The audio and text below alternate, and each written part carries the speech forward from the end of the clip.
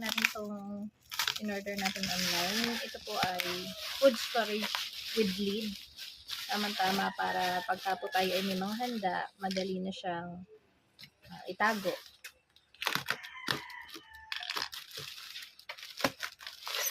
Kaysa mag-styro kayo ng mag-aluminum ng aluminum na laging pagkakatapos tapon na.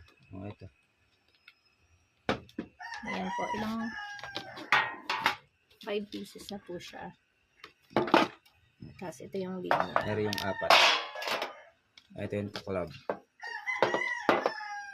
Pwede siguro sa ano, doon, sa microwave.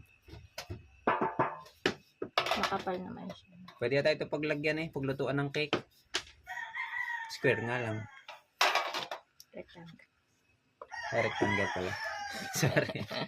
Ayan. So, pag gusto niyo po ng ganyan, nandiyan po yung link sa ating yellow basket or sa comment section or sa description. Thank you for watching.